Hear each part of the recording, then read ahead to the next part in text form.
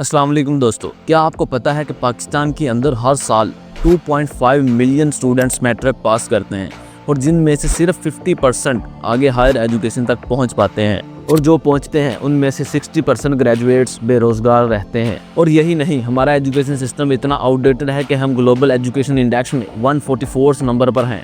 आज हम बात करेंगे पाकिस्तान के ट्रैप्ड एजुकेशन सिस्टम की, जहां आउटडेटेड सिलेबस, यूजलेस डिग्रीज और बेमानी की पढ़ाई ने पूरे सिस्टम को झंझोड़ के रख दिया है। लेकिन डरिए मत, हम आज इसके सोल्यूशन पर भी बात करेंगे, तो वीडियो को एंड तक जरूर देखिएगा क्योंकि ये वीडियो आपके फ्यूचर के लिए बहुत इंपॉर्टेंट है। बेसिकली पाकिस्तान का एजुकेशन सिस्टम 3 हिस्सों में डिवाइड है। प्राइमरी एजुकेशन, जहाँ बेसिक्स पढ़ाई जाती है। सेकेंडरी एजुकेशन, मैट्रिक और इंटर की स्टेजेस। हायर एजुकेशन, डिग्रीज और प्रोफेशनल कोर्सेज। लेकिन प्रॉब्लम यह है कि इन तीनों स्टेजेस पर कोई प्रॉपर प्लानिंग नहीं है। स्कूल्स में टीचर्स की कमी है, कॉलेजेस में रिसोर्सेज नहीं है और यूनिवर्सिटीज में रिसर्च और इनोवेशन का बुरा हाल है। इसके अलावा गवर्नमेंट और प्राइवेट सेक्टर्स का बड़ा फर्क है, जिससे एजुकेशन का स्टैंडर्ड ही खराब हो गया है। और ये सिर्फ शुरुआत है, आगे और भी शॉकिंग फैक्ट्स हैं। दोस्तों, हमारा सिलेबस इतना आउटडेटेड है कि जैसे टाइम मशीन में फंस गया हो और हम आज भी वही पढ़ रहे हैं जो पिछले 20 सालों में पढ़ाया जाता था। साइंस में न्यूटन के लॉज तो ठीक है, लेकिन AI, रोबोट्स और मॉडर्न टेक्नोलॉजी तक का जिक्र नहीं है। और ह्यूमैनिटीज में तो मसला और भी बड़ा है। हिस्टोरी बुक्स में सिर्फ रट्टा मरवाना सिखाया जाता है, क्रिटिकल थिंकिंग नहीं।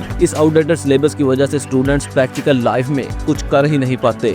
उन्हें समझ ही नहीं आता कि ये पढ़कर वो क्या करने वाले हैं। यही नहीं, यूनेस्को के मुताबिक पाकिस्तान का सिलेबस 21st सेंचुरी की स्किल्स के 70% तक मिसमैच है। मतलब कि हम अपने बच्चों को वो चीजें सिखा ही नहीं रहे जो उन्हें फ्यूचर में काम आएंगी। अब बात करते हैं डिग्रीज की। हर कोई BA, MA या BCom कर रहा है, लेकिन मार्केट्स में इन डिग्रीज की वैल्यू ही नहीं है। कंपनीज को स्किल्ड लोग चाहिए जो हमारी एजुकेशन सिस्टम में प्रोड्यूस नहीं होते। और ये सिर्फ आर्ट्स वालों का मसला नहीं है, इंजीनियरिंग और मेडिकल फील्ड में भी बहुत से ग्रेजुएट्स हैं जो अपनी फील्ड में जॉब्स नहीं पा रहे। पाकिस्तान ब्यूरो ऑफ स्टैटिस्टिक्स के मुताबिक 30% इंजीनियरिंग ग्रेजुएट बेरोजगार हैं। इसका मतलब ये है दोस्तों कि हमारी डिग्रीज सिर्फ कागज का टुकड़ा बन के रह गई हैं। अब बात करते हैं अब्रॉड एजुकेशनल सिस्टम की। वहाँ पर एजुकेशनल सिस्टम प्रैक्टिकल है, स्टूडेंट्स को स्किल्स दिए जाते हैं और इन्हें जॉब मार्केट के लिए तैयार किया जाता है। इसी वजह से पाकिस्तान से बहुत से स्टूडेंट्स बाहर वाली कंट्रीज में जाकर अपना फ्यूचर ब्राइट कर रहे हैं। लेकिन मसला ये है कि अब्रॉड एजुकेशन हर किसी के लिए अफोर्डेबल नहीं है। US वर्ल्ड यूनिवर्सिटी रैंक्स के मुताबिक पाकिस्तान की कोई भी यूनिवर्सिटी टॉप 500 में नहीं आती, जबकि इंडिया की 8 यूनिवर्सिटीज हैं। और अगर हम अपने एजुकेशन सिस्टम को ठीक कर लें तो हमें बाहर जाने की जरूरत नहीं पड़ेगी। Disadvantages of our education system.